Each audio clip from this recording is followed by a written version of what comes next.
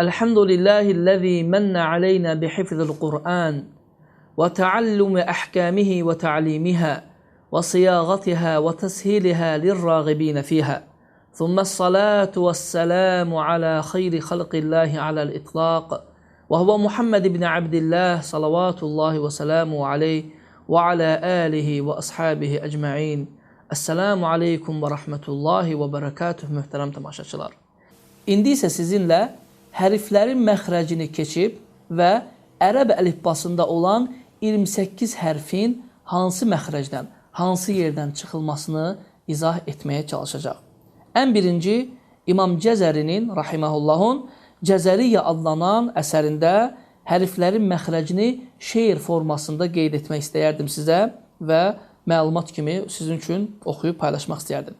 İmam Cəzəri buyurur: "Məxaricul hurufi 17 aləl-ləzi yaxtaruhu mən ixtəbar lil-cawfi alifun və uxtaha və hi hurufu meddin lil-havai təntahi thumma li-aqsal halqi hamzun ha'u və min vasatihi fa'aynun ha'u adnahu ghaynun kha'uha wal-qafu aqsal lisani fawqu thumma al-kafu أسفل والوسط فجيم الشين يا والضاد من حافته إذ ولي الأضراس من أيسر أو يمناها واللام أدناها لمنتهاها والنون من طرفه تحت اجعلوا والراء يدانيه لظهر أدخلوا والطاء والدال وتا منه ومن عليا الثنايا والصفير مستكن منه ومن فوق الثنايا السفلى والضاء والذال وثال العليا من طرفيهما ومن بطن الشفة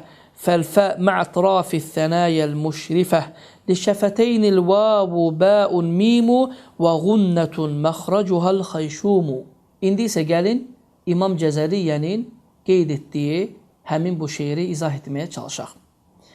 Ən birinci məxrəcimiz cəvf adlanır. Cəvfun mənası isə ağız boşluğudur. Və həmin ağız boşluğundan məd hərfləri çıxır. Məd hərfləri, yəni Azərbaycan dilindən fərqli olaraq ərəb dilində uzadılan hərflər vardır.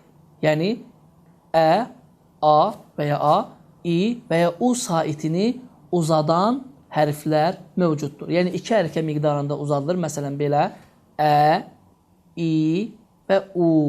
Və cəvf dediyimiz məxrəcdən, yəni ağız boşluğu və boğazın içindən həmin uzatma hərfləri, 3 uzatma hərfimiz və bunlara da məd hərfləri deyilir. Bunlar tələffüz olunur. Növbəti məxrəcimiz həlq adlanır. Boğaz. Boğaz.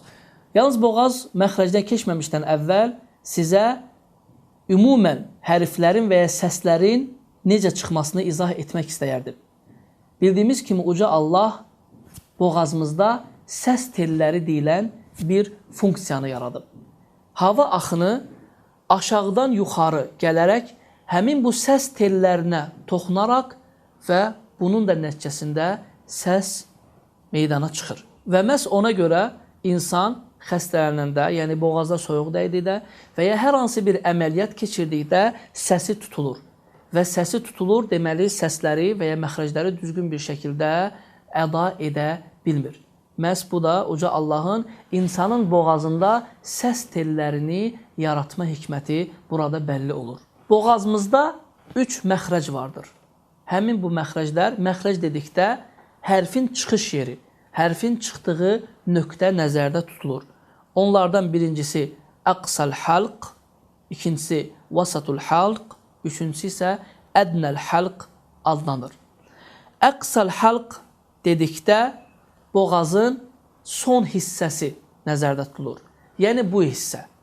Yalnız əqsal halqda qiraət alimlərinin bir qismi ixtilaf ediblər. Onlardan bir qismi əqsal halqın aşağı hissə olması, başqa bir qismi isə əqsal halq, yəni boğazın sonunun bu hissə olmasını nəzərdə tutublar. Və aralarında olan ixtilafın səbəbi isə belədir.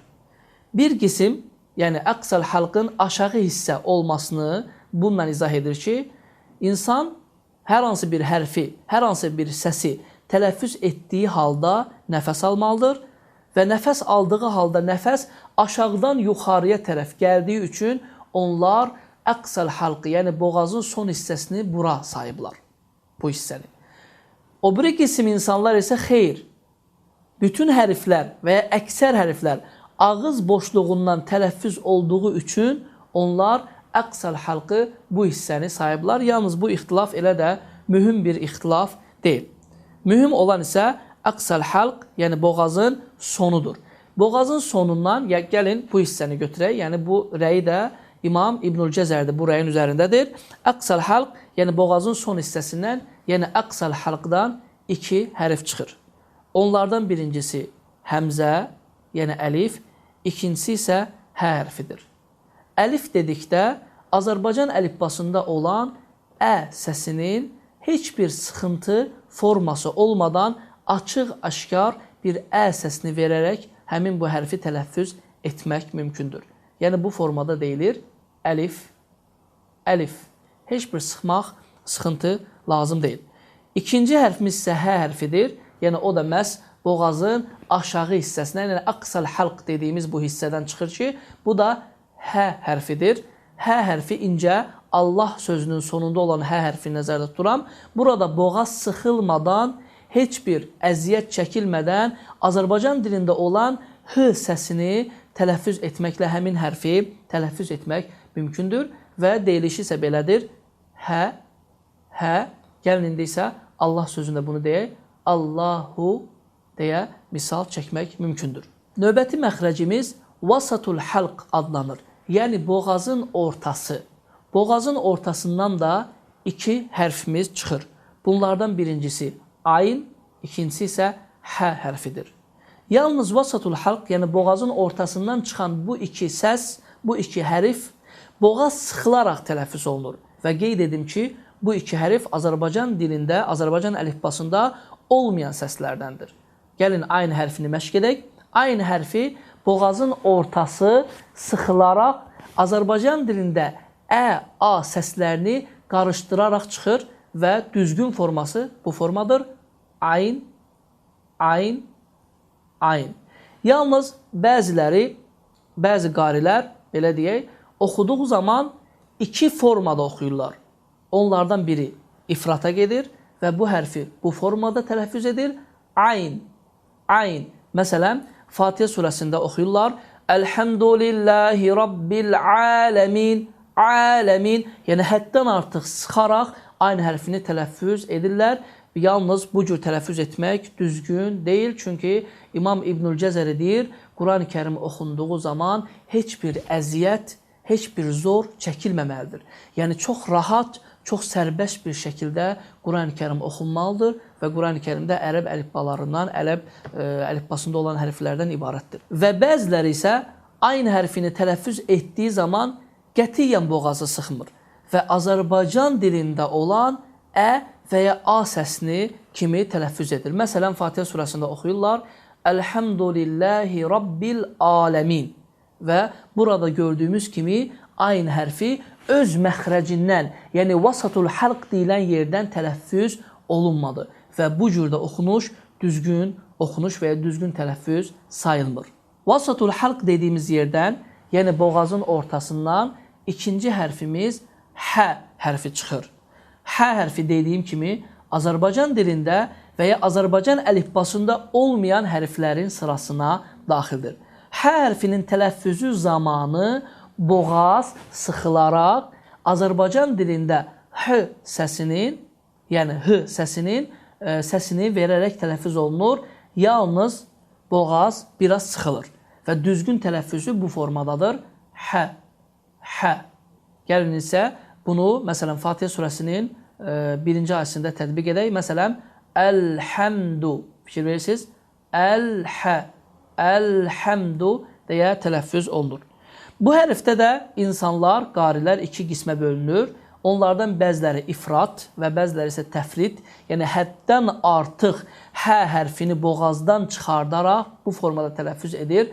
Hə, hə və oxuduğu zaman Əl-həmdu deyə tələffüz edir və bu cürdə oxunuş düzgün oxunuş sayılmır, bu cürdə tələffüz düzgün tələffüz sayılmır. Və başqa bir qismi isə ümumən hə hərfini düzgün tələffüz etməyərək Azərbaycan əlifbasında olan H səsi kimi tələffüz edir və bu formada oxuyur. Əlhəmdu. Əlhəmdu və bu cürdə oxunuş düzgün oxunuşlardan sayılmır. Düzgün oxunuş isə boğaz sıxılaraq Azərbaycan əlifbasında olan H səsinin oxşarıdır və bu formada tələffüz olunur. Hə, hə.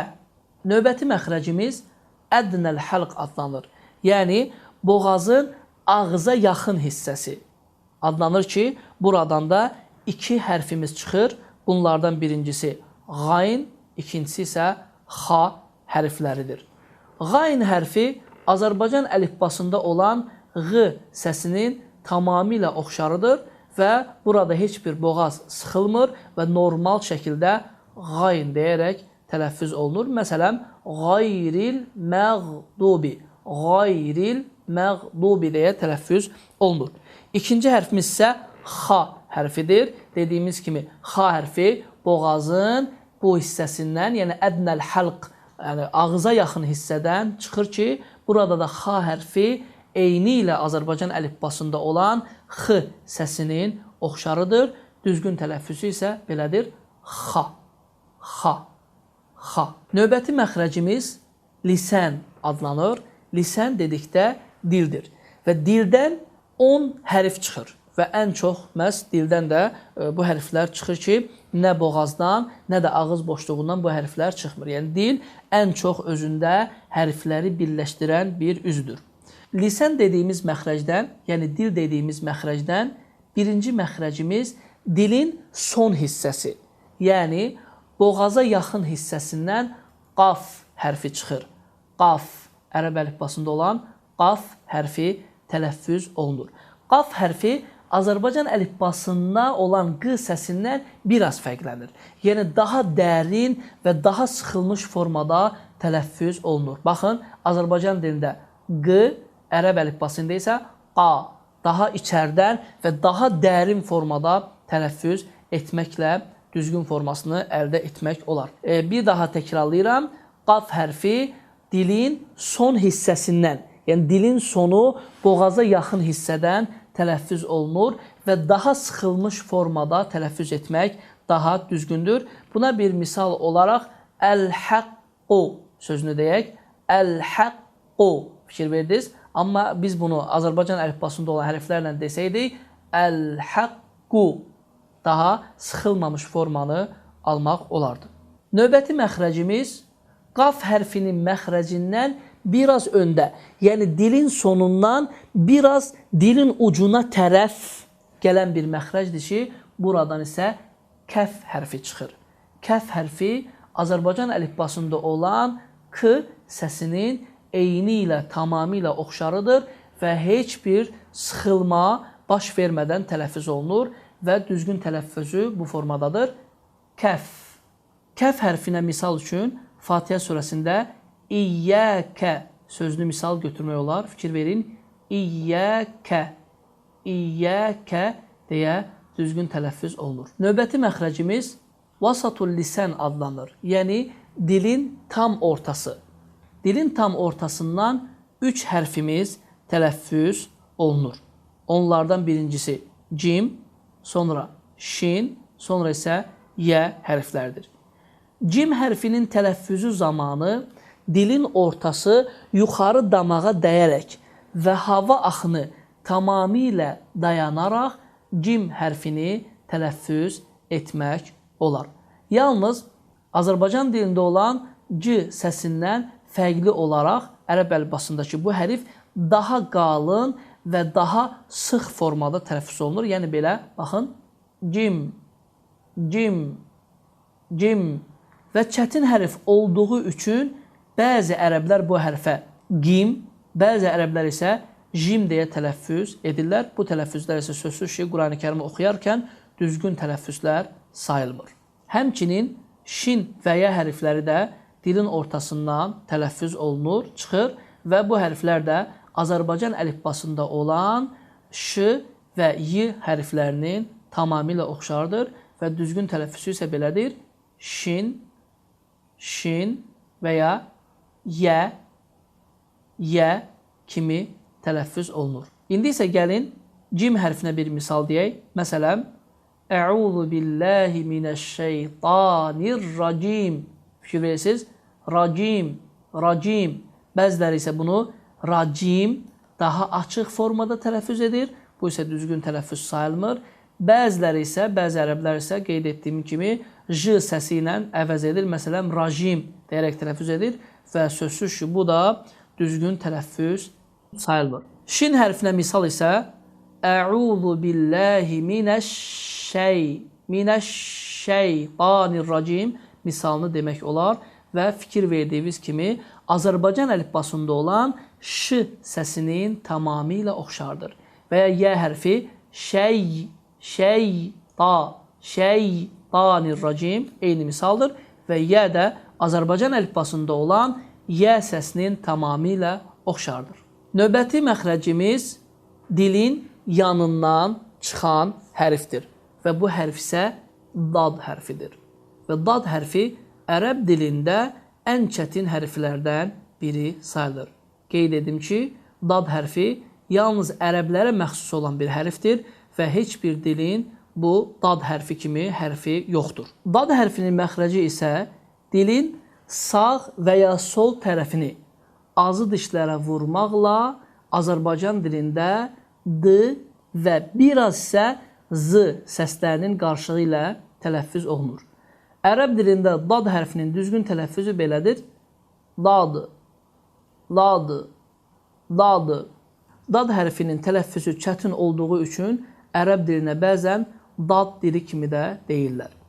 Yalnız dad hərfini tələffüz etdikdə bəziləri bu hərfi v səsi verməklə va kimi tələffüz edirlər. Məsələn, deyirlər ki, Qayril məğzubi aleyhim vələzzalin. Bu isə düzgün tələffüz sayılmır. Çünki İmam Cəzəri deyir, وَمِنْ حَافَّتِهِ اِذْ وَلَيَ الْأَدْرَاسَ مِنْ اَيْسَرَ اَوْ يُمْنَاهَا. Yəni, dilin sağ və ya sol tərəfini azı dişlərə vurmaqla dad hərfini tələffüz etmək mümkündür. Düzgün tələffüz isə belədir. Dad, dad, dad. İndi isə gəlin, dad hərfini Fatihə surəsində hər hansı bir ayədə tətbiq edək. Məsələn, deyirik, Qayril məğdubi. Baxın, məğdubi aleyhim vələzzallin. Qeyd edim ki, bəzi qarilər dad hərfini tələffüz etdiyi zaman Azərbaycan dilində olan d səsi kimi tələffüz edirlər. Məsələn, belə Qayril məğdubi, məğdubi aleyhim vələdda, da. Yəni, təmiz d səsi kimi tələffüz edirlər və bu da tələffüz, düzgün tələffüz sayılmır. Və həmin tələffüzün deməli, düzgün sayılmamasının səbəbi isə dad hərfində olan istitalə sifətidir. Yəni, dad hərfində olan dartınma sifətidir. Təmiz d tələffüz etdikdə isə həmin bu hərfi, bu sifət itir və bu formada, yəni istitalə sifətini almır. Düzgün tələffüz isə belədir. Baxın, la, baxın, la, la, vələzza, vələzza. Amma təmiz d-da isə belə çıxır. Vələdda, vələdda. Bu sifət itir, ona görə bu tələffüz düzgün tələffüz sayılmır. Düzgün tələffüzü bir daha təkrar edirəm. Qayril məğdubi aleyhim vələzzallin. Növbəti məxrəcimiz isə min əvvəli həffətihi ilə müntəhə tarafil lisan. Dilin yanı, dilin kənarından, dilin ortasına kimi, ucuna kimi olan bir məxrəcdir və bu məxrəcdən ləm hərfi çıxır. Yəni, belə deyək, dilin tam kənarından, uc hissəsindən çıxan bir hərfdir və dil qatlanaraq tələffüz olunur. Və bu səs isə Azərbaycan əlifbasında olan l səsinin tamamilə oxşardır və deyilişi isə belədir. Ləm, ləm. Buna misal olaraq, məsələn, əl-həmdu. Baxın, əl-həmdu. Yəni, dilin ucu yuxarı, kəsici, dişlərin kökünə dəyərək və dil ətrafı ilə həmin kökə toxunaraq l səsini və ya ləm səsini almaq mümkündür. Növbəti məxrəcimiz isə demək olar ki, ləm hərfinin məxrəci ilə eynidir və həmin bu məxrəc də dilin ucu yuxarı kəsici dişlərin kökünə dəyərək nun hərfini tələffüz etmək mümkündür. Və qeyd edim ki, nun hərfiğunnə hərflərindəndir. Yəni, burun boşluğundan və havanın burundan çıxması ilə deməli, tələffüz olunan hərflərdən sayılır. Və nun hərfinin məxrəci, yenə bir daha təkrarlayıram, dilin ucu yuxarı kəsici dişlərin kökünə dəyərək Azərbaycan əlifbasında olan n səsinin çox incə formasıdır. Yəni, bu formada tələffüz olunur. Baxın, nun, nun. İndi isə gəlin, ləm və nun hərflərinə aid olan misallardan istifadə edək və baxaq görək həmin bu sözlərdə ləm və nun necə tələffüz olunur. Məsələn, Allah sözünü götürək, fikir verin. Allah, baxın, əl və ya əlhəmdu, baxın, əlhəmdu. Nuna misal isə, məsələn, İyyəkə na'budu. İyyəkə na'budu kimi misallar çəkmək mümkündür. Növbəti məxrəcimiz isə ra hərfinin məxrəcidir, yəni çıxış yeridir. Ra hərfinin məxrəci isə dilin ucu yuxarı kəsici dişlərin damağına toxunularaq tələffüz olunur və ra hərfində təkrar sifəti vardır. Təkrar sifəti, yəni bu hərf bir neçə dəfə təkrarlanır. Məsələn, belə baxın, ra, ra, ra, ra. Halbuki bu sifəti başqa hərflərdə tapmaq və ya görmək qeyri-mümkündür. Lakin bəzi qarilər ra hərfinin tələffüzü zamanı həmin təkrar sifətini daha ifrat bir şəkildə tələffüz edərək daha çox təkrar sifətini bu hərfə verirlər. Məsələn, xüsusən də şəddəli halda olduğu halda, məsələn, bir misal deyək. Bismillahirrahmanirrahim. Fikir verdiyiniz kimi, burada təkrar sifəti həddən artıq çox istifadə olundu və bu da təkrar sifətinin bu formada istifadə olunması düzgün sayılmır.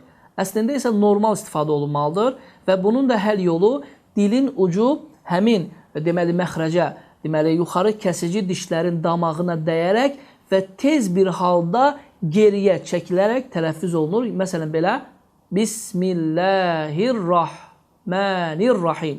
Əgər dilin ucunu eyni məxrəcdə saxlasaq, bu zaman Bismillahirrahmanirrahim fikir verdiniz. Amma bu tələffüz də düzgün tələffüz sayılmır. Və bəzi qarilər ra hərfində olan təkrar sifətini ümumən bu hərfə verməyərək ra hərfini ləm hərfi kimi istifadə edirlər. Məsələn, Bismillahirrahmanirrahim. Yəni, ümumən ra hərfində olan təkrar sifəti burada görülmədi və bu cürdə tələffüz düzgün tələffüz sayılmır. Növbəti məxrəcimiz isə min tarafil lisani və usulis sənayəl ulya. Yəni, dilin ucu və ətrafını yuxarı kəsici dişlərin tam kökünə vuraraq, deməli, 3 hərfimiz tələffüz olunur. Bu hərflərimiz tə, də və ta hərfləridir. Tə hərfi, deməli, dediyimiz kimi həmin məxrəcdən tələffüz olunur. Lakin çox incə bir şəkildə, çox incə səslə və həms sifətini verək. Həms, yəni bu səsdir. Baxın, ət, ət. Yəni bu səsə həms səsi deyilir, həms sifəti deyilir. Tə hərfində də həms sifəti mövcuddur. Və deməli, sukunlu olduğu halda isə yaxında olanın eşitməsi, uzaqda olanın eşitməməsi ilə deməli, bəzən qiraat alimləri tərəfindən izah olunur. Məsələn, belə Əs-səməvət. Fikir verirsiniz? Əs-səməvət. Yəni, çox, belə deyək də, yaxında olan insan eşidir, uzaqda olan insan isə eşitmir bu səsi. Çünki bu, burada həms, pıçıltı deyilən mənasında bir sifət mövcuddur. Həmin yeyni məxrəcdən dəl hərfi də tələffüz olunur. Dəl hərfi də, deməli, qalqalı hərflərindəndir, yəni şiddətli olan bir hərfdir və hava axınının dayanması nəticəsində tələffüz olunur. Azərbaycan dilində olan, əlifbasında olan d səsinin çox incə formasıdır və tələffüzü isə budur. Dəl, dəl, çox incə, məsələn, də, di, du, məsələn, əlhəmdu, Bəzi qarilər isə dəl hərfini qalın bir formada tələffüz edərək əlhəmdu deyirlər və bu da düzgün tələffüz deyil. Çünki dəl hərfi çox incə bir şəkildə tələffüz olunmalıdır. Eyni məxrəcdən ta hərfimiz də çıxır. Ta hərfinin məxrəci, deməli, dəl və tə hərflərinin məxrəci ilə eyni olsa, yalnız sifətləri tamamilə müxtəlifdir. Yəni, ta hərfinin tələffüz zamanı qarilər iki qismə bölünür. Onlardan bir hissəsi ta hərfini ümumən təmiz d kimi tələffüz edir. Məsələn, belə sıradallezine və ya ihdina sıradal mustaqim. Halbuki bu cür tələffüz düzgün tələffüz sayılmır. Və bəzi qarilər isə ta hərfini tələffüz etdiyi zaman həmin səsə, həmin hərfə deməli həms sifətini verirlər, yəni pıçıltı sifətini verirlər və bu formada tələffüz edirlər. Ta, ta, ta. Məsələn, ihdina sıratal mustaqim. Tal mustaqim. Və bu cürdə tələffüz düzgün tələffüz sayılmır. Səbəbi isə ta hərfində həms sifətinin olmamasıdır. Yəni, əgər biz bu formada desək, ta, ta, ta, fikir verər ki, tə hərfində verdiyimiz həm sifətini ta hərfində də əlavə etdi, lakin ta hərfində həm sifəti yoxdur. Düzgün tələffüz isə Azərbaycan əlifbasında olan t, d səslərinin qarşığıdır və düzgün tələffüzü bu formadadır. Da, da, baxın, nə təmiz d-dır, da və nə də ki, təmiz t-dır, ta. Tam orta bir şəkildə da, da deyərək tələffüz olunur. İndi isə gəlin bunun misalını Fatihə surəsində izah edək. Məsələn, ihdinəs sıratal, sıratal mustaqim, sıratallezine en'amte aleyhim. Növbəti məxrəcimiz zə, bəzən bu hərfə zeyn də deyirlər, sin və sad hərfinin məxrəclərdir. Və bu məxrəc min tarafil lisan fuvayqas thunayel ulya və suflə. Əsasən də dilin ucu aşağı kəsici dişlərin damağına və ya biraz ortasına dəyməklə tələffüz olunur. Və bəzi alimlər isə ümumən bu üç hərfin tələffüzü zamanı dilin ucu lap aşağı hissəyə dəydikdə sin, yəni dilin ucu aşağı kəsici dişlərin lap kökünə dəydikdə sin, baxın, sə, sə, sin, daha biraz yuxarı, yəni aşağı kəsici dişlərin ortasına dəydikdə zə və daha yuxarı, yəni dilin ucu aşağı kəsici dişlərin ucuna dəydikdə isə sad deyə tələffüz olunmasını qeyd etmişlər. İndi isə gəlin sin və sad hərfləri arasında fərqləri deyək. Sin hərfinin tələffüz zamanı dediyimiz kimi dilin ucu aşağı kəsici dişlərin kökünə dəyir və dil tamamilə aşağıya tərəf yönəlir və hava axını açıq-aşkar şəkildə heç bir mane olmadan tələffüz olunur, çıxılır və bu formada tələffüz olunur. Baxın, sə, sin. Sad hərfində isə dilin ucu daha yuxarı tərəfə qalxır. Yəni, burada dilin ucu aşağı kəsici dişlərin uc hissəsinə dəyərək və hər hansı bir maniyə hava axını qarşısına aldığı kimi bir şuur yaranır və burada da hava axını qalınlaşır və bu formada tələffüz olunur. Baxın, sa, sa, çünki dilin ucu artıq yuxarı hissədədir.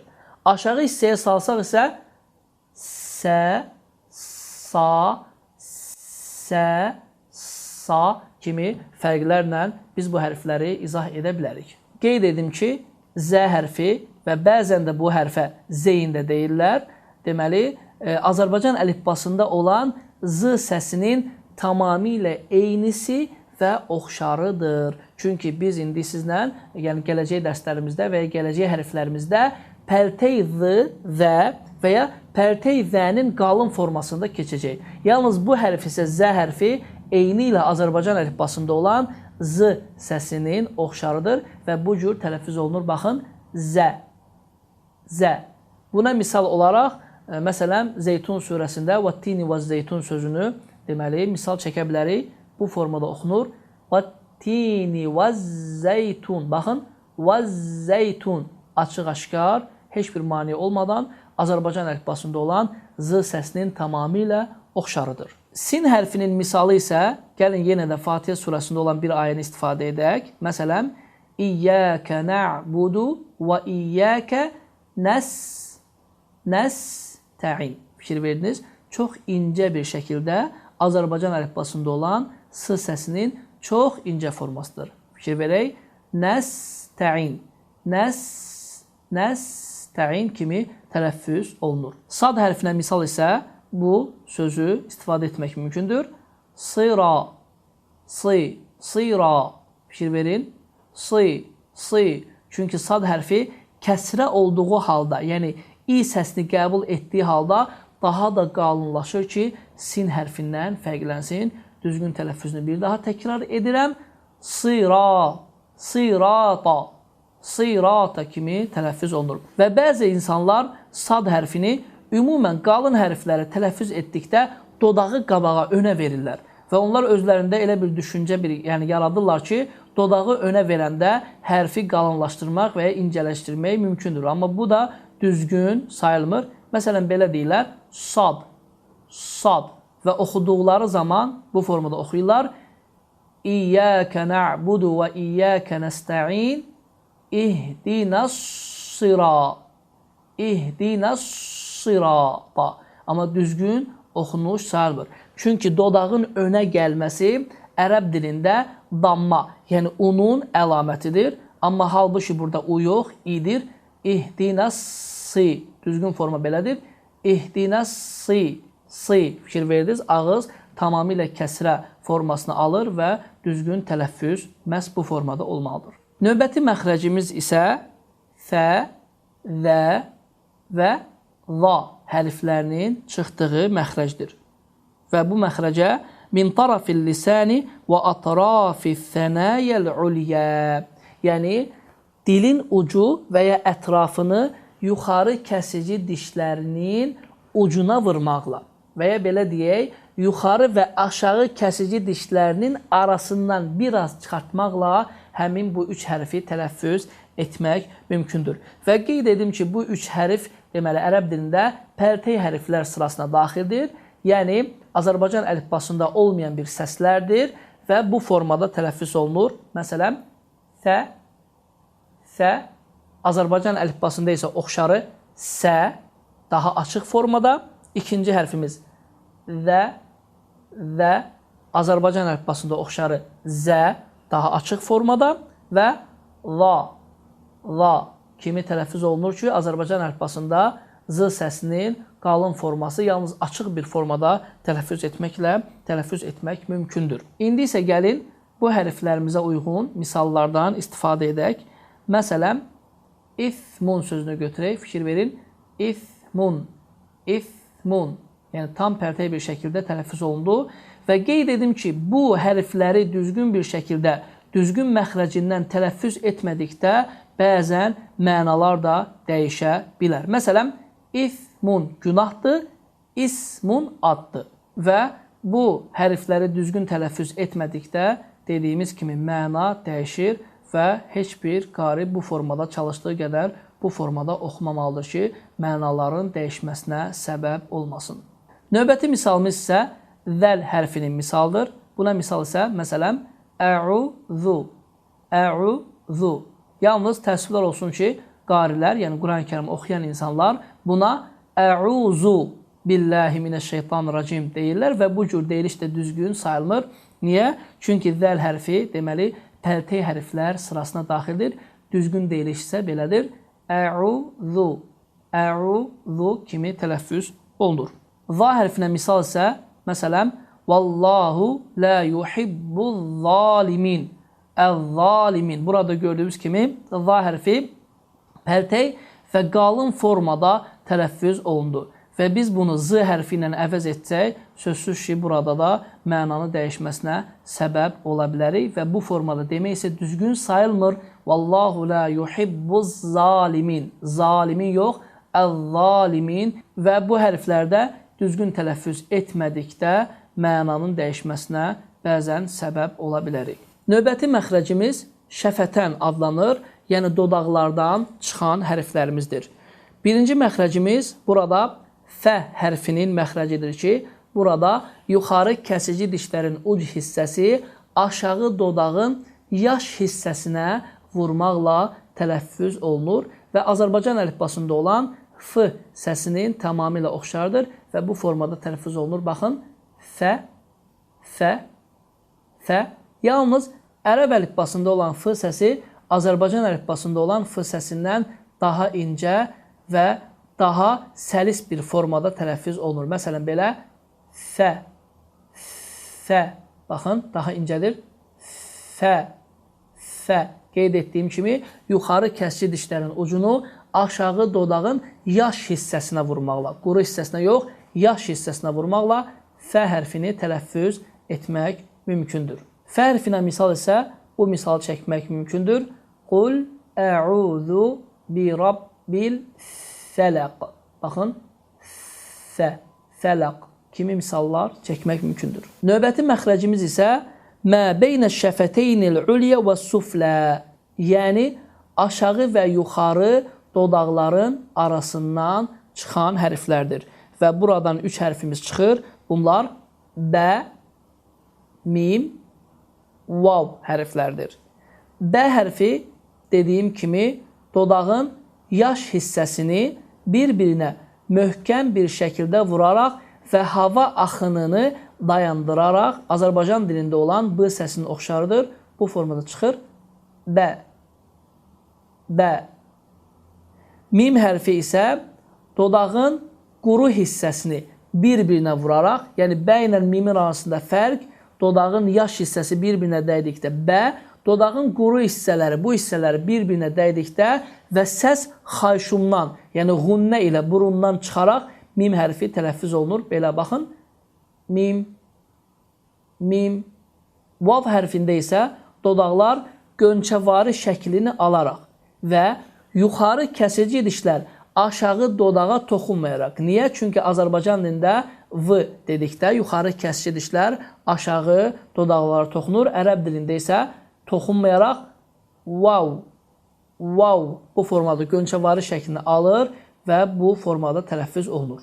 Bə hərfinə misalımız, məsələn, Bismillah. Baxın, Bismillah, Bismillah incə formada və hava axını dayanaraq tələffüz olunur. Vav hərfinə misalımız isə Qayril məğdubi aleyhim və aleyhim və vələ vələddalin. Bəzi qarlar isə Qayril məğdubi aleyhim vələddalin deyə tələffüz edir və bu da tələffüz, düzgün tələffüz sayılmır. Düzgün tələffüz isə bu formada olmalıdır. Vələddalin. Mim hərfinə misalımız isə əlhəm, əlhəm. Fikir verirsiniz, hava axını tamamilə dayanır, ağız boşluğu tamamilə dodaqlarla bağlanır və hava burundan, xayşumdan tələffüz olunur. Baxın, əlhəm, əlhəmdu deyərək tələffüz olunur. Və bu 3 hərfin 3-ü də Azərbaycan əlifbasında olan hərflərlə demək olar ki, oxşardır. Və sonuncu məxrəcimiz isə xayşum adlanır. Xayşum dedikdə burun boşluğu nəzərdə tutulur. Buradan da 2 hərfimiz tələffüz olunur. Bunlar nun və mim hərflərdir. Və burada xayşumdan hava axını ağızdan yox, burundan çıxır və bu formada tələffüz olunur. Mim və ya nun. Qeyd edim ki, əgər bu hərflər şəddə ilə gələrsə, yəni qoşalaşarsa, bu şəddə ilə gəldikdə 2 hərəkə miqdarında uzadılır. Bu hərfləri 2 hərəkədən çox uzatmaq caiz deyildir, yəni icazəli deyildir. Misal olaraq, Qul ə'udhu bi rabbin nəs 2 hərəkədən çox uzatmaq olmaz. Düzgün oxunuş. Qul ə'udhu bi rabbin nəs. Və mim hərfi də misal thumma düzgün isə thumma kimi tələffüz olunmalıdır. Həzə və mə kənə min xata'in fəminni və minəş-şeytan vallahu və rasuluhu minhu bəriən və subhanəkəllahumma və bihamdik ve neşhedü en la ilahe illa ent nestağfiruka Allahumma ve natubu ileyk.